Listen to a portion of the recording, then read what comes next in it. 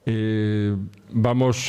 iniciar a segunda xeira deste 13º encontro con 3 conferencias de temáticas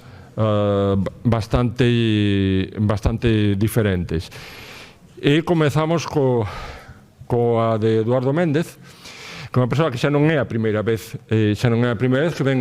ven aquí a falar dos traballos que ven desenvolvendo nos últimos anos no suroeste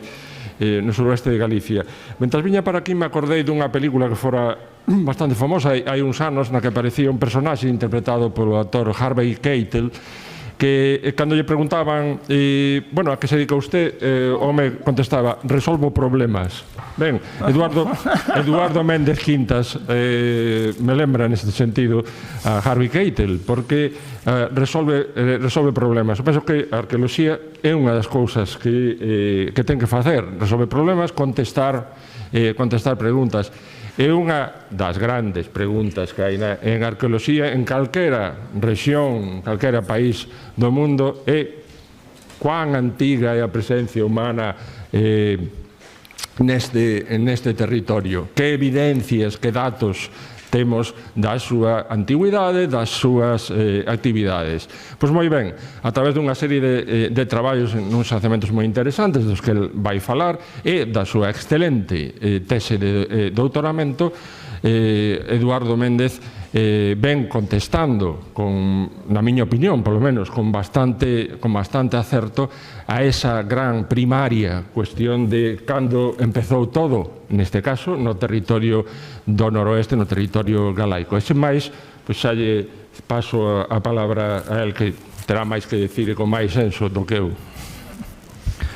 Vale. Bueno, moitísimas gracias a todos e a todos por estar aquí neste momento e, sobre todo, agradecer a organización dos encontros na figura de Víctor, na figura aquí do profesor Fábrega, do profesor de Ramón, o convite a poder falarvos de un pouco dos traballos que estamos a desenvolver nesta parte de Galicia. De feito, a presentación un pouco é unha síntese, unha postodía dos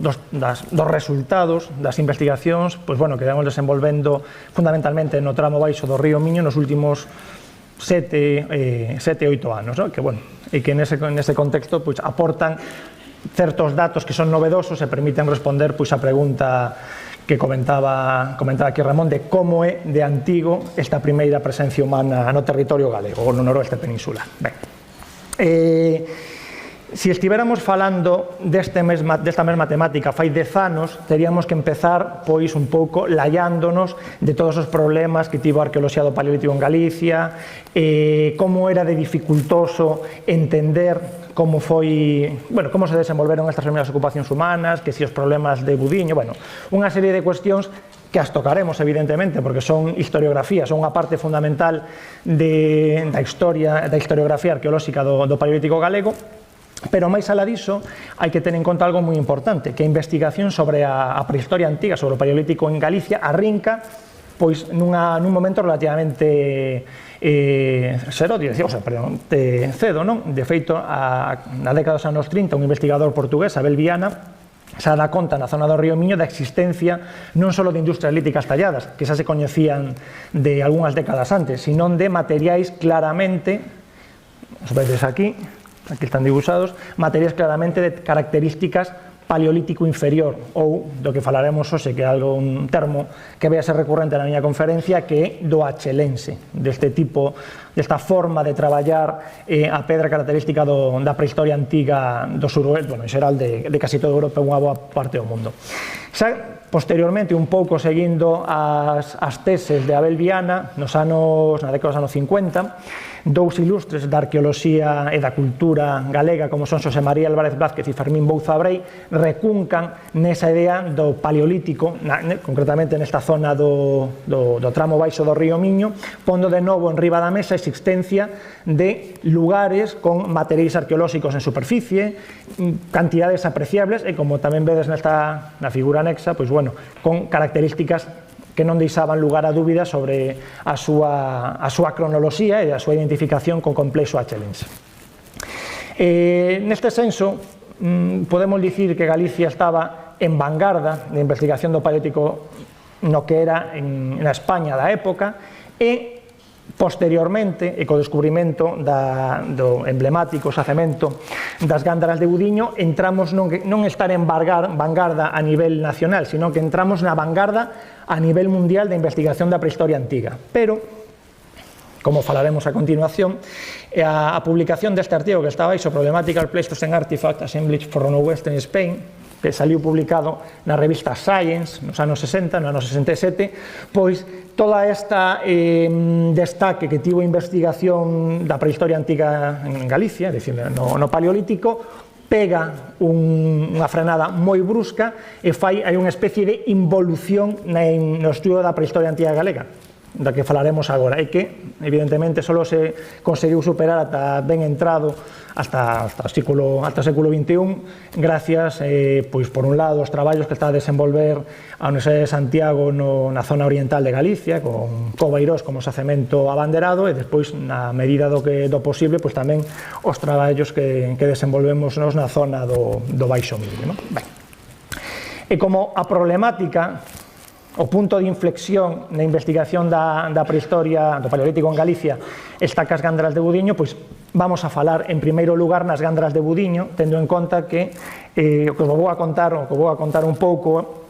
é unha pequena introducción de que as Gándaras de Budiño, que se coñece as Gándaras de Budiño, é un pouco os resultados moi preliminares da nova campaña de investigación que estamos a desenvolvernos no xacemento.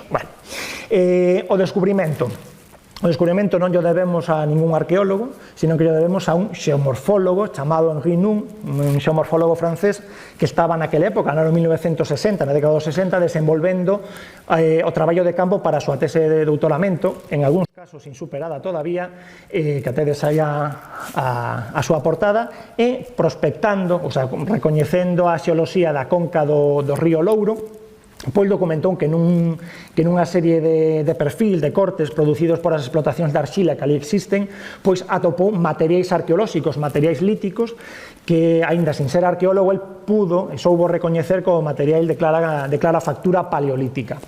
Evidentemente, como non era a súa disciplina, nese momento, el ponse en contacto co que era o delegado arqueolóxico de excavacións locais na cidade máis próxima, que é a cidade de Vigo, que era naquel momento Xosé María Álvarez Velázquez. A sazón, evidentemente, persoa, como pudemos comprobar antes, interesada pola investigación do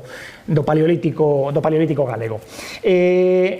Evidentemente, o descubrimento de Gándaras de Budiño supuña a primeira vez que se atopaba en Galicia un xacemento donde os materiais arqueolóxicos tiñan un contexto estratigráfico, non aparecían ciscados nun campo, metidos nun muro, sino que tiñan unha posición estratigráfica definida. E, polo tanto, Xosé María Álvarez Velázquez, asumindo que era un xacemento de gran interese,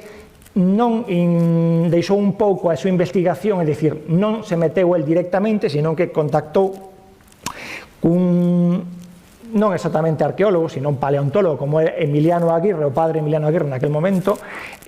para que acometera as excavacións neste xacemento. A sazón, neste momento, neste contexto, Emiliano Aguirre formaba parte dun equipo de investigación estadounidense, o sea, español, hispanoamericano, que excavaban nos xacementos de Ambrona e Torralba, que están en Soria, que son xacementos paradigmáticos da prehistoria antiga europea, donde hai material desta época, materiais achelenses, asociados a grandes acumulacións de elefantes, con cronoloxías de 300, 400 mil anos de antigüidade. Entón, el chega aquí e aplica os mesmos criterios metodolóxicos que se estaban a desenvolver por este equipo hispanoamericano en Ambrona e Torralba, e tamén, aparte de aplicar eses criterios metodolóxicos, tamén se trae a parte do equipo de investigación que estaba traballando ali. Entre eles, alguén moi importante, que aseguro que a moitos e a moitas das que estades aquí vos sona, foi Carl Buchter, que foi o responsable da xeoloxía, do estudio xeolóxico do xacemento, e o pai dunha disciplina, dunha corriente historiográfica moi importante dentro da arqueoloxía moderna, que é a xeoarqueoloxía. Pois Carl Buchter estivo implicado dende o comezo nas investigacións deste lugar. Despois fago unha referencia a Dolores Echaide, que foi a primeira persoa que estudiou e que publicou a colección de materiais líticos recuperados durante os traballos de Emiliano Aguirre, especialmente por facer unha reseña na súa memoria, xa que faleceu fai poucos anos, e desde aquí, pois, bueno, creo que é interesante e de honor e de rigor facer unha homenaxe á súa figura, porque foi a primeira persoa que fixo unha publicación monográfica sobre materiais paleolíticos con unha visión moderna, para a época, evidentemente, sobre este tipo de coleccións. Bueno. O xacemento, aquí tedes fotografías en blanco e negro dos resultados deses traballos, fixéronse unha serie de trincheiras, na que en algunhas delas, como nestas que podes ver aquí, que son as mesmas fotos que te representadas no outro lado, deron cantidades moi importantes de materiais arqueolóxicos, cousa que dende o principio chamou a atención, porque claro, estas densidades de materiais en Ambrón e Torralba non existían, por un referente de xacemento que se excavaba naquela época, salvo que a diferencia de Ambrón e Torralba aquí non temos restos de fauna, non temos restos óseos, cousa que é algo limitante en algúns casos para estudio da nosa prehistoria máis antiga, polo menos nesta zona do Baixo Miño, que afortunadamente estáse paliando con descubrimentos que se fan na parte oriental de Galicia, onde hai rochas calcarias, hai covas, e polo tanto permítese unha conservación mellor, incluso con rexistros faunísticos e arqueolóxicos de cronoloxías moi parecidas ás que temos aquí. E como primicia,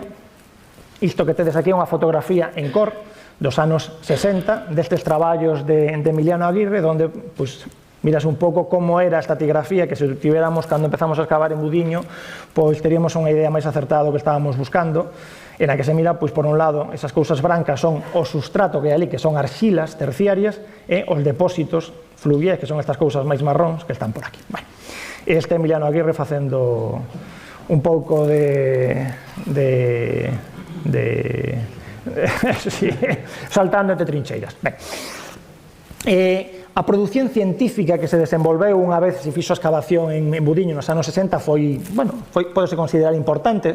mesmo polos propios investigadores dali. Está unha primeira memoria de excavación moi completa para a época, que se publicaron en 1964, e despois están dous artigos de referencia. Por un lado está a parte xeolóxica do xacemento, que publicouse nunha revista de cuaternario alemana, publicada, firmada exclusivamente por Butzer, e despois está, pois, o artigo do que facía mención anteriormente, que é o artigo publicado na revista Science.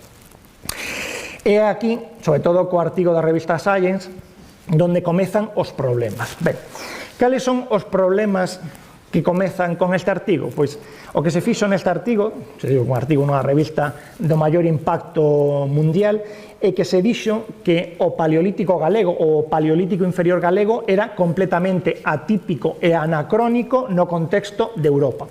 Porque claro, si nos na actualidade o sabemos, incluso naquela época tamén se tiña noción sobre iso, sabemos que a prehistoria, este paleolítico inferior ou este achelense, como vamos a falar máis concretamente, é algo que en Europa aparece fai máis de medio millón de anos. Temos cronoloxías robustas para xacementos que teñen ese rango cronolóxico. Que é o que se di aquí, que é o que se dixo nese artigo? Pois que o achelense en Galicia, que en vez de ter medio millón, tiña 20 e pico mil anos, entre 26.000 e 16.000 e algo de anos. Que o que pasa? Que mentras nesa cronoloxía no resto do sureste de Europa, no Cantábrico, en outras partes da península, estaban pintando bisontes nas covas, por utilizar así unha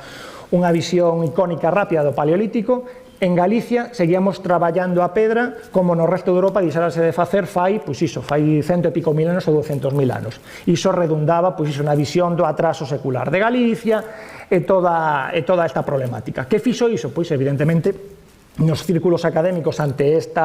tal panorama, o que se fixo foi un pouco deixar de lado a continuación as investigacións desta época, porque, bueno, era un pouco afondar nun tema cando menos feo, é dicir, pouco atractivo, é dicir, non parecía así moi bo, pois estar recuncando na idea de que hai un atraso, de que hai un anacronismo, que hai unha especie de aillamento cultural do noroeste da Península Ibérica, de Galicia, se queremos dixalo cunha visión administrativa actual, con respecto ao que pasa no resto de Europa. Entón, pasou o tempo e non se volve a retomar investigación do paleolítico inferior ou do paleolítico antigo en Galicia, salvo excepcións, como era de Vicente Rodríguez Gracia na zona de Ourense, ata que a comezos dos anos 80 e vinculado de novo ao xacemento das Ganderal de Budiño, retoma esa investigación da man de Julio Vidal Encinas, investigador formado con François Bordes en Francia, e que con 3 campañas que desenvolveron entre o 80 e 82 en Budiño, pois retoma a investigación, sobre todo xa cunha óptica moderna, xa totalmente desprendido desas prexuizos que viñan da man desa interpretación de Emiliano Aguirre e con a visión actual, na que ele asumía evidentemente que as características xeolóxicas do lugar e as características arqueolóxicas do mesmo sitio non estaban en relación con eses 20 e pico mil anos, sino que estaban en contextos do que se coñecía en Europa no momento, que eran pois un xacemento que tería que ter cronoloxías máis antigas de 100.000 anos. Cal é o problema dos traballos de Vidal Encinas? Por desgracia, quedaron esencialmente inéditos. É dicir, ele estaba desenvolvendo o seu tese de doutoramento e por cuestións da súa vida pois acaba sendo o arqueólogo territorial de León, desenvolvendo a súa profesión vinculada pois ao mundo romano, evidentemente, e outras épocas, quedando pois prácticamente os resultados dos seus traballos inéditos, unha mágoa, porque era un, sigue vivo, joder, é un investigador, os traballos aquí son exemplares. Despois a comezo dos anos 90, e non tanto da man dun traballo de investigación como son os dos previos, sino relacionado ca arqueoloxía de xestión, que tamén evidentemente é moi importante na arqueoloxía moderna, volvernos a desenvolver traballos arqueolóxicos no xacemento das Gandras de Budiño, motivado, por un lado, pola construcción ou ampliación do polígono industrial que estaba na rexión e tamén pola construcción da autovía que comunica con Portugal. Ben, de feito, isto que vedes aquí é máis ou menos o que resta coñecido de xacemento arqueolóxico das Gándaras de Budiño, que ademais é unha área que ten a figura de protección do BIC, o sea, do ben de interés cultural, desde mediados dos anos 90. E sobre esta superficie, que sabedes que está aí un pouco encastrada, pois nun entorno un pouco amigable para a actividade arqueolóxica, pois o que está colocado aquí son as diferentes superficies de intervencións que se desenvolveron aí desde que se descubriu o xacemento, donde estas marcas vermellas son as trincheiras dos traballos de Emiliano Aguirre, xa vos digo, a comezos dos anos 60. Despois están estas cousas de cor violeta, son as superficies excavadas por Julio Vidal Encinas, que en parte, a veces xa non son accesibles, e despois en azul está a intervención esta última que dirixiu Dolores Cerqueiro Landín a principios dos 90, vinculada ca construcción da autovía. Bueno, polo tanto, é un xacemento que de partida foi excavada e foi investigado en repetidas ocasións, e que, como se pudo ver un pouco antes, tamén xenerou unha bibliografía intensa. Bueno, no brando ano pasado, no ano 2018, acometemos novos traballos de excavación no xacemento, fundamentalmente na procura de dúas ideas básicas, ou de resolver, como dixo Ramón ao comezo, de resolver dous problemas básicos. Por un lado, entender ben como é a estratigrafía do xacemento, porque aí ven o problema que agora sobre a cronoloxía, é dicir, que estratigrafía hai ali, como se relacionan os materiais arqueolóxicos cos depósitos sedimentarios que hai ali, porque con toda a información publicada que existe, quedan certas dúbidas do que había ali. Ben, e por outra, pois resolver o problema que foi o cabalo de batalla con este xacemento, que é a cronoloxía. Nos manexamos a idea, como veremos agora, que un xacemento de cronoloxía antiga, pois pode ter entre 100.000 e 200.000 anos, sería o normal. Pero evidentemente, como todo nas ciencias, temos que ter un dato obxectivo, en este caso temos que ter datos numéricos, datacións numéricas que nos permitan un pouco concretar que cronoloxía ten iso. Entón, eses eran os dous obxectivos principais.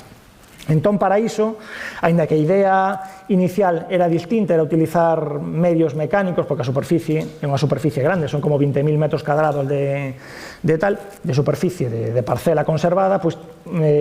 finalmente tivemos que facer unha serie de sondaxes manuais, concretamente 3, que, polo tanto, era un pouco como buscar unha agulla en un pallar.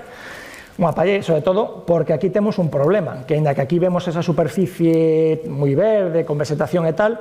nunha parte grande desa superficie hai un recheo dunha canteira de arxila, polo tanto, esa superficie quedase reducida probablemente a menos da metade, e despois aí, como era unha zona industrial, é dicir, onde había explotacións de arxila, e despois hai outro tipo de actividades relacionadas co desenvolvemento do polígono industrial, non temos claro, de toda esa superficie que está declarada BIC, canta realmente existe como xacemento, e canta é un recheo contemporáneo. Entón, bueno, partindo desa problemática inicial, fixemos 3 sondaxes, nas que tivemos resultados de atopar secuencias estratigráficas naturais nos 3, afortunadamente, dá impresión de que isto que se ve aquí clariño era unha antiga estrada, previa á construción da autovía, comunicaba aquí dúas poboacións, e parece que todo o que está á dereita desa estrada está máis ou menos no seu sitio, pero o que está á esquerda non existe ese cemento. Iso é a conclusión fundamental que podemos extraer polos datos que coñecemos. Bueno, fixemos 3 sondaxes pequenas e agora vos conto o que pasa. Pero temos que primeiro falar, antes de contar o que se fixo nestas sondaxes, entender xeolóxicamente que é as gándaras de Budiño. Ben, as gándaras de Budiño, como se observa aquí, isto é aquí, ainda que non se mira, está a cidade de a vila de Tui, capital de Porriño está aquí, e Vigo queda na esquina noroeste, non? Asóciase a un depósito de terraza fluvial. Terraza fluvial é unha formación xeolóxica que se asocian aos ríos, que son as antiguas veigas, antigua chaira de inundación do río, que quedan nos laterais dos vales a causa do proceso de incisión, é dicir, os ríos vanse encaixando, a medida que vai pasando o tempo vanse encaixando, e deixan eses laterais. Pois o que temos nas gándaras de Budiño é a ocupación dunha antiga marxe do río, que agora mesmo, pois evidentemente, está levantada, é dicir, ten unha posición topográfica moito máis elevada, como 10 ou 15 metros, con respecto ao río Louro, que, bueno, aquí non se mira moi ben, pero anda por aquí polo medio, e a unha superficie, unha cota de un torno uns 34, 35 metros con respecto ao río Miño na actualidade. O que se observa ali, que esta zona toda, gracias, hai que aí, neste caso, sí que hai que agradecerlo as explotacións das canteiras de áridos, as canteiras de arxilas que hai por ali, temos acceso a bons cortes estratigráficos, e iso nos dá unha idea de como é a dinámica fluvial e como era ese río que formou ese xacemento naquel intre. Iso é a visión macroscópica do xacemento das gándaras de Budiño. Agora vamos á visión estratigráfica, microscópica, se me permitís esa expresión, de cal é a estratigrafía. Isto que vedes neste lado son diferentes estratigrafías que se publicaron ao longo do tempo, desde Henri Nun ata Julio Vidal Encinas, sobre a interpretación xeolóxica do xacemento. E en función deses datos, agora teño que falar xa persoalmente, baseime un pouco a hora de interpretar nas cousas que escribín ata o momento sobre de como era a estratigrafía do xacemento. Teño que recoñecer públicamente, non pasa nada, que a interpretación que presentei do xacemento nos artigos de síntesis que hai por aí está errada, está mal. É dicir, fixe unha interpretación errada a partir dos datos que estaban publicados. Ben, exactamente, evidentemente, a ciencia avanza. Aquí o que se falou dentro do comezo, sobre todo nos traballos de Carl Butzer, é que existían unha serie de depósitos coluviais, un coluvión inferior e un coluvión superior, que foron donde se obtiveron as datacións de carbono 14 que se empregaron para datar este xacemento. Ben, claro, a idea de un coluvión, se falamos desde o punto de vista xeolóxico, os coluvións, se utilizamos a tecnoloxía xeolóxica, son depósitos que se asocian a ladeiras, son depósitos de gravidade, que se depositan porque hai pendentes. O primeiro que chama a atención é que Budiño, o xacemento da Gándaras de Budiño, está no medio dunha chaira xigantesca onde as primeiras ladeiras están a varios kilómetros de distancia. Por lo tanto, a verdade é que aí avaliamos mal esa realidade. É dicir, non son depósitos coluviais, non son depósitos de gravidade. O que temos ali, unha vez que os cavamos, que son dúas imaxes de dúas seccións estratigráficas desta sondaxe deste ano, é que o que temos ali é unha secuencia puramente e exclusivamente fluvial. Son depósitos fluviais, que mírase moi ben nesta secuencia, non sei se se aprecia na fotografía, que son depósitos de areas, de camadas de areas, de nivel de areas entrecruzadas, que se relacionan con unha dinámica de un tipo de río moi concreto, que son os ríos meandriformes, que despois enviamos unha foto para que vexades o que é. E no que a industria lítica aparece asociado, que chamamos lag, é dicir, a fondos de canles que teñen máis enerxía que os depósitos de area, e que aparecen espallados por toda a secuencia estratigráfica. De onde ven a idea dos coluvións? Pois ven a idea dos coluvións nisto. Vamos a ver, a estratigrafía do xacemento neste sector arrinca aquí. Todo o que hai para aquí arriba son recheos modernos. Aquí o que temos son un proceso edáfico, un proceso pedoxenético, como se di máis concretamente, no que esta superficie, é dicir, esa terraza fluvial, no momento en que o río Louro encaixa, queda aí exposta, pois esperamos que 100.000 ou 200.000 anos o que sexa, exposto a acción da vegetación, acción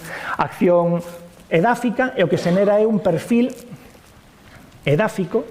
con características propias dunha área encharcada, porque o fondo da estratigrafía que se ven aquí, sobre todo tamén se ve aquí, son arxilas impermeables. Por lo tanto, aí o que hai é encharcase a auga, desenvolvese un perfil edáfico e pode haber, evidentemente, así, como esa superficie está exposta a erosión, unha certa reducción, sobre todo na parte máis alta deses depósitos, que pudo levar, sobre todo os materiais que están máis arriba, a certa reorganización e compactación do sedimento, pero non é un depósito coluvial, non ven arrastrado ese material de ningure, sino que é material que se formou ali. Entón, vista a estratigrafía, vista a xeoloxía que temos ali, o que podemos dicir é que os materiais, os niveis de ocupación, os niveis onde aparece o material arqueolóxico, quizás non podemos falar de nivel de ocupación exactamente, están dentro dunha secuencia fluvial con un proceso edáfico por riba, pero que non son, en ningún caso, se lle pode utilizar o termo de coluvión. Ademais, pasa outra cousa. En moitos dos casos, o que se fixo aquí foi utilizar as cores, as diferentes cores dos sedimentos como un indicador estratigráfico. E aquí o que pasou moitas veces é que se identificaron esa gradación de cor propia dos procesos estratigráficos como niveis concretos, e non son. É un proceso que é posterior ao desenvolvemento deses niveis, e o que fai de arriba a baixo é tinguir de negro os materiais, pero non é que haya ese depósito coluvial co sentido xeolóxico que debe ter un depósito coluvial. Por lo tanto, toda esta idea que está a vosa esquerda hai que desbotala. Son uns depósitos fluviais normais, ou sea, unha terraza fluvial de 20 e pico 30 metros con respecto ao río Miño, e que esperemos poder datala en breve. Outra cousa é que os materiais que estén contidos aí estén en algo que podamos entender como unha posición primaria. Iso é o problema, probablemente non. É material que, cos datos actuais, temos que falar de materiais que están redepositados no sentido de que hai un proceso de selección fluvial sobre eles, pero están, que a idea importante que deixar clara, están contidos nos niveis xeolóxicos que lle corresponden. Non están reciclados nun depósito formado fai 20 e pico mil anos. Ben, salvando as distancias da capacidade fluvial que ten o río Louro, que ainda que é un afluente importante do río Miño non ten a entidade deste río, o que teríamos ali no momento de que os humanos habitaron a zona das Ganderas de Buiño sería algo parecido a isto, un río que desenvolve unhas curvas moi grandes e que deixa estas cousas que son arcos de meandro abandonado, é dicir, os ríos van mudando a súa fisionomía na chea de inundación. En estes entornos era onde se desenvolvería a actividade humana naquel momento, e é o que conservamos na actualidade nas Ganderas de Budiño. Vale, pero hai que descartar sobre todo a idea da existencia de coluvións, iso non é real. Que podemos dicir neste momento á espera de ter as datacións radiométricas, as datacións numéricas deste xacemento? É que é dicir, isto que tedes aquí, estes escalóns, é unha visión esquematizada dos depósitos fluviais que atopamos na conca do río Miño, onde hai terrazas, é dicir, hai as antigas chaira de inundación do río que poden estar por riba dos 100 metros con respecto ao río actual, e que pasa o seguinte, é dicir, canto máis alto, máis antigo. É distinto a unha visión estratigráfica nun xacemento, no que é o máis profundo, máis antigo, aquí pasa o contrario. As terrazas máis altas son máis bellas que as máis recentes. Ben, cos datos xeomorfolóxicos que manexamos na actualidade, o xacemento de Budiño relacionase coas terrazas de 20 moitos metros, casi 30, que cos datos cronolóxicos que manexamos na actualidade teñen que moverse nunha cronoloxía que vai en menos de 300.000 anos, entre os 100.000, un poquinho máis de 100.000, e os 300.000 anos. Iso sería, dende o punto de vista xeomorfolóxico, a cronoloxía deses depósitos fluviais que conteñen os materiais arqueolóxicos. Durante esta campaña, como vedes aquí nestas imaxes, tiramos mostras para poder datar este lugar. E a diferencia do ensaio que fixeron no seu día, se un xacemento ten máis de 100.000 anos, como xa se presumía nos anos 60, en ningún momento vamos a poder empregar un método de datación como carbono 14, que foi o que empregaron no seu día para datar un xacemento desta cronoloxía, porque o carbono 14, e xa naquela época, aínda que non se manexaba moi ben os límites, xa se entendía que non se podía chegar a esas datas, non podemos datar un método que chega, no mellor dos casos, a 40 e pico mil, 50.000 anos, algo que ten cerca de 200.000 anos ou 100 e pico mil anos. É un absurdo, pero esas datacións, como pasou tamén noutros xacementos do mundo, non só en Budiño, pois tomáronse como válidas, e dai arrinca o noso problema. Entón, esperemos que ao longo deste ano, ou a comezo do que ven, teñamos xa datas numéricas destes niveis e podamos resolver ese problema cronolóxico, ainda que, non esperamos, neste sentido, xa coñecendo un pouco a estratigrafía, grandes sorpresas. As concentracións de materiais son deste estilo, que están moi parecidas, evidentemente, as que recoñeceron os investigadores previos, como Miguel Aguirre ou Julio Vidal, no que aparece unha cantidade, a verdade, apreciable de material lítico, sobre todo con moito tillaxe bifacial, moitos bifaces, moitos rendedores e demais, pero que o aspecto que teñen é que están claramente redepositados, é material rodado con selección de tipo sedimentario, é dicir, que están afectados polo que chamamos nos procesos tafonómicos, pero sempre dentro do depósito que lle corresponda. Iso é moi importante, que ademais que os xacementos de prehistoria antiga estén en este tipo de contextos é habitual, é dicir, normalmente están asociados a dinámicas fluviais, os ríos, fan estas cousas. Ben. E despois, xa, para rematar con budiño, as características das industrias, que foi outra dos cabalos de batalla da investigación da prehistoria do Paleolítico galego, era que eran industrias atípicas, e non o son industrias feitas sobre cuarcitas e feitas sobre cuarzos totalmente homologables ao resto das industrias que coñecemos por a península e polo suroeste de Europa. É dicir, son industrias de tipo excelense, con bifaces, con fendedores e tal, normativos e moi característicos, moi típicos do que chamamos o excelense de grandes lascas, característico do suroeste de Europa. Que neste sentido tamén esa idea de que o cuarzo e a cuarcita necesitaba de uns criterios tipolóxicos diferentes e a ausencia de sílex limitaba a capacidade tecnolóxica desta xente, son cousas totalmente que non teñen ningún tipo de fundamento. De feito, o uso dos sílex nesta época da prehistoria é anecdótica no contexto mundial. O normal é que se utilicen materias primas como cuarzo, como cuarcita, como basalto, outro tipo de rochas. Os sílex, o seu uso é excepcional en casi todos os casos. Bueno, o outro gran xacemento do que vos vou a falar hoxe é o xacemento de Portomayor, que é un xacemento que ten unha historia de investigación moito máis curta, é dicir, apareceu gracias a Manuel Ledo no ano 2005 na zona das Neves, un pouco aguas arriba onde está Portomayor, e gracias a unha actividade ilegal do Concello das Neves naquel momento, xa que estaba cautelada porque é un xacemento con cerámica tipo peño, un xacemento calcolítico, publicado, entre outros, por Ramón, pois deixou xa vista unha secuencia estratigráfica que xa naquel momento, pois evidentemente era prometedora, porque o que se observaban eran dúcias, neste caso, para mostra un botón, de grandes artefactos excelenses, grandes útiles deste tipo, incrustados nunha estratigrafía, nunha posición, nunha terraza fluvial,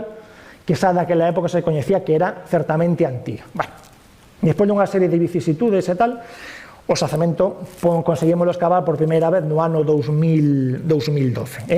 Desenvolvemos 3 campañas ata o ano pasado. Ben, ainda que inicialmente o xacemento apareceu aquí, o xacemento non se reduce exclusivamente, como se pensaba ao comezo, a unha especie de pequeno cerro, de pequeno outeiro que quedaba ali separado, porque por aquí pasaba a antiga vía do tren, agora pasa por aquí había unha especie de cantera, é dicir, a zona, o entorno estaba moi alterado, e pensábase que o que quedaba de xacemento era algo moi pequeno, que eran 20 metros cadrados, unha cousa así. E agora sabemos que non, que é un xacemento que ten unha extensión moi grande, e como vedes está asociado aquí a unha especie de curva do río, e, que se mirará mellor aquí, está asociado, de novo, a unha terraza fluvial do río Miño que está case a 40 metros sobre a posición actual do río, que polo tanto xa de antemán sabemos que é un depósito que ten unha cronoloxía iba a ser antigo, con total certeza. Ben, a estratigrafía do xacemento é bastante longa, non é como nas Gándaras, que estamos falando dun depósito que ten menos de 2 metros de espesor. Aquí temos máis de 6 metros de depósitos, no que o que son os niveis principais de actividade humana concéntranse no tramo superior. De feito, hai unha diferencia moi grande. A parte baixa da estratigrafía do xacemento é o que chamamos, son as facies grosas, é dicir, as facies de cantos dunha terraza fluvial, e sobre esas que chegan ata aquí, e a partir de aí o que se desenvolve son depósitos de chaira de inundación, 2 depósitos superpostos que se chaman o nivel PM3 e o nivel PM4, e por riba unha capa que se formou durante a última etapa glaciar, que como veremos tamén tiña material arqueolóxico. Que o material arqueolóxico estivera asociado a este tipo de depósitos, que son limos, que son areas moi finas, xa invitaba a pensar de que o material non iba a ter procesos tafonómicos de alteración importantes, como así contrastamos unha vez que puidemos excavar o xacemento. Feito, aquí tedes un detalle do que sería a estratigrafía o tramo arqueolóxico máis relevante do xacemento, con todos estes niveis, sobre todo este nivel PM4 é o máis interesante, polo que veremos a continuación. E, a diferencia de Budiño, que ainda estamos esperando polas datacións, porque se fixeron este ano, para Portomayor temos unha batería bastante importante de datas numéricas, e algunha máis que serán publicadas en breve, pero que, bueno, que redundan na idea de que toda esta secuencia de actividade humana desenvolveuse onde fai uns 290.000 anos ata uns 200.000, que son as cronoloxías que manexamos por diferentes métodos para o nivel PM4 e para o nivel PM3. Este nivel PM3, que ten entre 260 e 280.000 anos, sería a primeira mostra ben coñecida e ben datada de presencia humana en Galicia ata o momento, que probablemente estamos convencidos de que é máis antiga, pero neste caso, a día de hoxe, con datas numéricas, é o máis vello que temos. Despois temos o nivel PM4, que é o que ten esa gran e peculiar acumulación de grandes artefactos achelenses, que ten unha cronoloxía entre 260 e 200.000 anos. E despois, por último, temos este nivel PM5, que é un depósito desenvolto fai entre 30 e 17.000 anos, con componente eólica, bueno, componente xa do final do Pleistoceno asociado á última etapa glaciar, e donde hai, materiais achelenses reciclados, que non están, evidentemente, na súa posición original, sino que están contidos aí por un nivel máis recente.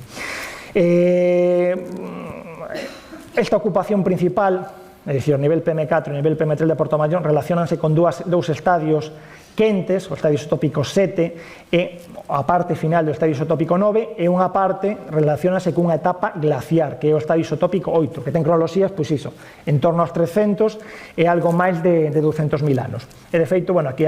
coñecemos relativamente ben como eran as condicións climáticas nesta época no noroeste, porque existe unha serie de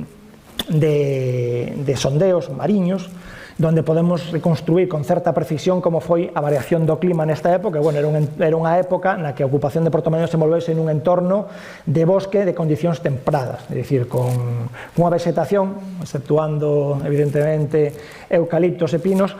relativamente parecida a actual, con carballos e demais, non? Ben, condicións, pois, evidentemente, que non son frías, para entenderlos. Ben, rapidamente, que o que sai, pois, nese nivel PM5, que é o nivel desenvolto nunha etapa de frío, o que hai son materiais achelenses que están reciclados, están por procesos erosivos contidos aí e depositados fai uns 30.000 anos, pero que hai materiais evidentemente moi parecidos aos que atopamos nos niveis inferiores, que ademais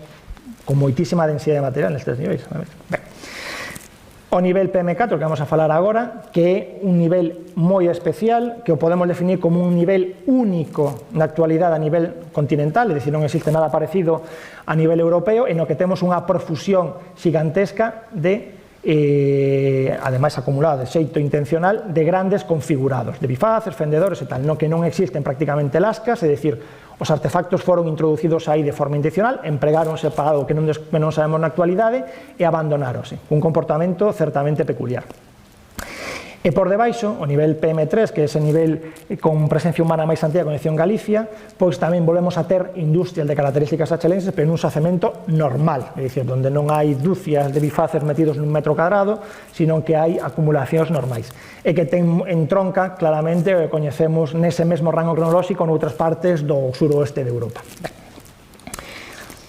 Aquí podedes ver, vou facer un pequeno detalle sobre esa concentración de artefactos do nivel PM4, onde vedes estas cousas verdes son exclusivamente bifaces, é dicir, estamos ante un modelo de ocupación que non coñecemos en ningún punto de Europa ata o momento e que nos remite aos xacementos do mundo de África e de Próximo Oriente, e que a partir destes datos pois permítenos falar de algo que ten connotacións a escala continental, e que o deixaremos para o final cando valoremos un pouco as perspectivas científicas destes lugares. E para que vos fagades unha imaxe, unha idea máis gráfica, iso é parte da concentración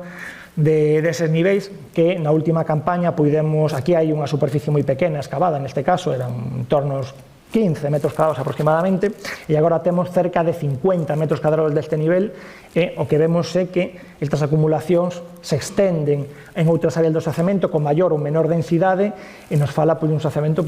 certamente complexo, unha organización espacial para a superficie escavada, que desgraciadamente é reducida, ainda que esperemos no futuro seguir ampliando,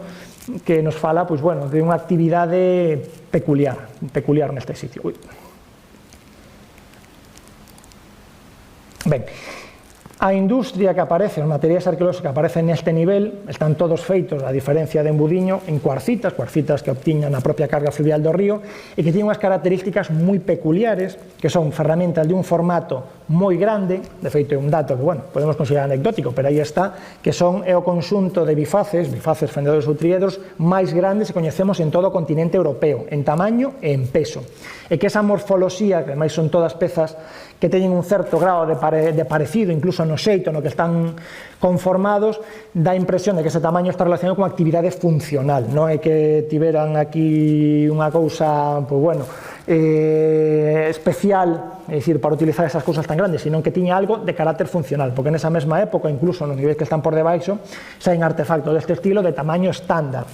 con configuración incluso moi apurada. En cambio aquí, pues bueno, teñen un aspecto de pezas toscas, ademais son moi parecidas entre elas. Hai máis deste nivel, temos en torno a 140, 150 bifaces desa superficie excavada, e son todas pezas moi parecidas, moi familiares. Poderíamos dicir que foron fabricadas por un número limitado de persoas. Iso é algo no que estamos traballando para poder cuantificalo no futuro. Para mostra un botón, este é un bifaz de cerca de 30 centímetros que apareceu neses niveis, que teñen áreas claramente de prensións laterais, que dá a impresión de que están pensadas para agarrar e facer este tipo de actividade, é dicir, non tanto para procesar animais, que habría neste momento evidentemente, sino para algo que ten que estar no subsolo. Pode ser unha explicación para esta acumulación. Bueno, xa presentamos os dous xacementos, xacemento das Gándaras e xacemento de Portomayor, e agora vamos a facer un pequeno resume sobre as perspectivas científicas deste lugar. Primeira conclusión importante, que durante o Pleistoceno medio, durante o último medio millón de anos, falando en números redondos, toda esta rexión de Galicia, toda esta rexión da cunca do río Miño está moi frecuentada. É dicir, non hai aquí unha ocupación aillada de que chegaron aquí un grupo pequeno, sino que hai unha ocupación moi intensa, porque atopamos xacementos con maior ou mellor concentración de materiais por toda esta rexión. Por lo tanto, esa idea de que o paleolítico galego é algo pouco importante no sentido de que non hai prácticamente evidencias é incerto, é mentira. É dicir, temos un paleolítico con unha ocupación e con unhas características idénticas ao que aparece en outras partes de Europa. E, por lo tanto, é unha etapa relevante que esperemos que demande outros grupos ou dos que estamos aquí sentados nesta mesa e de máis xente se poda seguir investigando, porque a súa investigación, como veremos, é altamente relevante. Neste senso, esta presencia humana aquí ten un desenvolvemento cronolóxico normal no contexto do suroeste de Europa. Hai que deixar de lado esta idea de que o paleolítico galego é anacrónico, atípico, é dicir, dende o punto de vista da cronoloxía, se move nos mesmos parámetros cronolóxicos que coñecemos no resto do suroeste de Europa. Evidentemente non temos atapuercas con xacementos de 1 millón e algo de anos, que se había xente en Burgos con as condicións climáticas, bueno, certamente difíciles, comparadas cas nosas, pois evidentemente non hai ninguna barreira nin xeográfica nin de outra índole que impida que aquí existan estes xacementos nesa cronoloxía. Outra cousa é que se conserven, un detalle a ter en conta. Pero salvo iso, en cronoloxías de 300 e pico mil anos, temos o mesmo que acontece no resto de Europa. Outra cousa importante dende o punto de vista da cronoloxía. Temos xacementos moi peculiares que teñen relevancia para explicar procesos de índole continental. Por exemplo, o xacemento de Portomayor. Aquí tedes fotografías de xacementos que non son europeos. Temos un xacemento que está en Israel, que se chama Yeser Benot Jacob, un xacemento que está en Kenia, que se chama Lorgesaile, outro en Etiopía. Bueno, hai unha serie, aquí os tedes, que se caracterizan polas grandes acumulacións de grandes configurados, achelenses, de bifaces, de fendedores ou de picos. Pois eses modelos, que son modelos africanos ou de Próximo Oriente, que sabedes que teñen cronoloxías dos 900.000 anos, un poquinho menos en algún caso, temos o mesmo modelo e no único caso coñecido actualmente en Europa en Portomayor. Cronoloxías máis modernas, evidentemente, sin cronoloxías de entorno aos 250.000 anos, pero idéntico. É dicir, é o único caso coñecido no continente europeo de un xacemento con ese patrón de ocupación. E algo tamén tremendamente relevante. E que ten, isto é o que vos acabo de dicir, non me acordaba desta diapositiva, é dicir, o único caso fora do ámbito africano ou de Próximo Oriente o temos aquí. E por Europa adiante, evidentemente, coñécense moitos xacementos desta tecnoloxía, en ningún lugar hai algo semellante a Portomayor. Ben, o tema que vos dicía do tamaño, aquí hai unha imaxe que se sabe moi gráfica, é dicir, este é un bifaz de Portomayor e este é un bifaz normal europeo, neste caso do río Manzanares. Son pezas altamente grandes. Sí, isto non é unha tal, pero sí. Evidentemente, sí, o tamaño neste caso parece algo importante. E que relaciona este nivel de ocupación, aparte de por o patrón de ocupación do espazo, tamén o relaciona co tamaño que teñen as pezas no continente africano. E iso sí que nos va a falar de algo moi interesante, que é de como se organiza o poboamento humano en Europa no último medio millón de anos. É dicir, en Europa nesta época temos por un lado o que acontece no suroeste de Europa, que sería aquí o que sae nesta A, é dicir, que este cor máis oscuro, onde temos unhas industrias que son a industria achelense de grandes lascas, na que temos exemplos paradigmáticos en Galicia, pois nos xacementos do que os acabo de falar, en outros moitos.